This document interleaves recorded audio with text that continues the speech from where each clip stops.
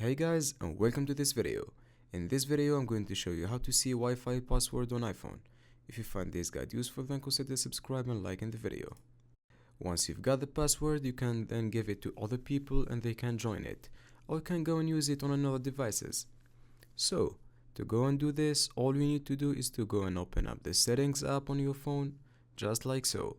What you then need to do is find the option named Wi-Fi. It's pretty much at the top, as you can see. Just click on it. As you can see, I'm currently connected to Wi-Fi, which I can go and get the password for. Just click on the I to the right. Now all you need to do is to click on password and the auto join. Do Face ID and that's your password. You can go and give it to others or do whatever you want. So that's it. That is how to see Wi-Fi password on iPhone. I really hope you found this video useful. If you could give us a like and subscribe, we would really appreciate it. Catch you guys in the next one.